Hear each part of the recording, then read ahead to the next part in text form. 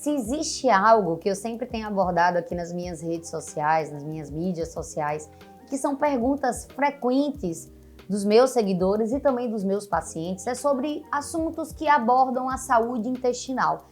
Então eu resolvi gravar uma série de vídeos, certo? Onde a gente vai começar falando sobre disbiose. Então, Nutri, o que seria disbiose intestinal?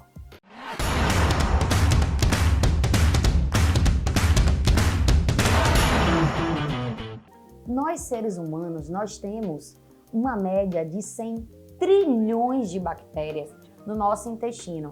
Você tem noção do que é 100 trilhões? Nossa, gente, é muita bactéria. E a gente tem mais bactérias até do que células no nosso corpo. E essas bactérias, elas desempenham um papel fundamental, seja na saúde, seja na doença. Existem dois tipos, basicamente, de bactérias na nossa mucosa intestinal. Existem as bactérias gram-positivas, que são as bactérias consideradas benéficas, e existem as bactérias gram-negativas, que são consideradas as bactérias maléficas.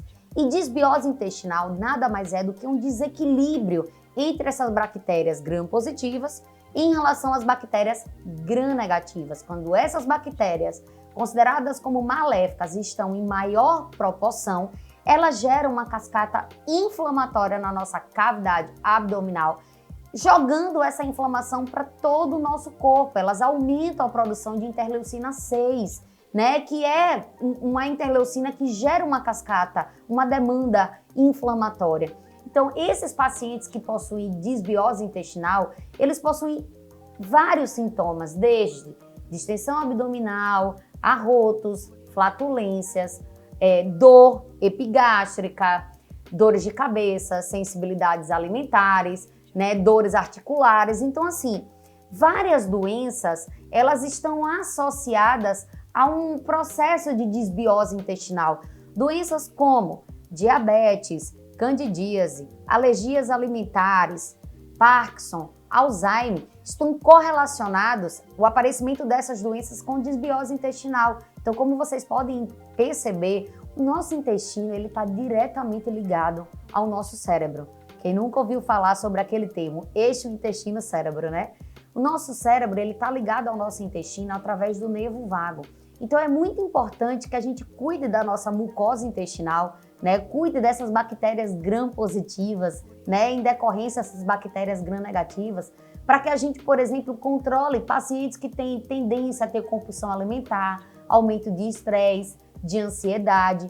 Uma mucosa intestinal saudável também, ela garante uma boa produção de GLP-1, né, que está diretamente ligada à nossa saciedade. Então é muito interessante a gente ter um bom equilíbrio da nossa microbiota intestinal. Outra coisa também muito importante é que o nosso intestino, ele é responsável por produzir cerca de 80% da nossa serotonina e também ajuda na produção de dopamina, de GABA. Então, que são neurotransmissores super importantes para a nossa saúde e para o nosso bem-estar. Mas, Nutri, o que pode ocasionar um processo de disbiose intestinal? Muitas vezes, a nossa microbiota intestinal ela está interligada até como foi o nosso parto. Pacientes que tendem a ter o parto normal possuem, estudos já mostram que eles possuem uma microbiota intestinal melhor, mais saudável em relação àqueles pacientes que tiveram o parto cesáreo. Né? Pacientes que passaram pelo processo da amamentação, isso também é muito importante. Pacientes que tomaram na infância ou até na fase adulta, fizeram muito consumo de antibióticos, isso atua diretamente na mucosa intestinal. Paciente que vive sob estresse, alta demanda de ansiedade, isso vai interferir na sua mucosa intestinal e também, obviamente, estilo de vida. Pacientes que tendem a consumir alimentos ultraprocessados, alimentos que possuem muitos agentes químicos, isso vai interferir diretamente na sua mucosa intestinal. Pacientes que fazem uso de adoçante, açúcares, álcool, excesso de carne bovina, então aquela galera que ficou ali crente que low carb era a vida e que se entope de carne, isso pode gerar também disbiose. Então, assim, é muito importante a gente entender que vários fatores podem interferir diretamente, positivamente ou negativamente na sua mucosa intestinal. Mas então, Nutri, eu percebi que eu acredito que eu tenho esse processo de disbiose intestinal. O que eu preciso fazer para poder melhorar? Primeira coisa, reduz consideravelmente o excesso de proteína na sua alimentação.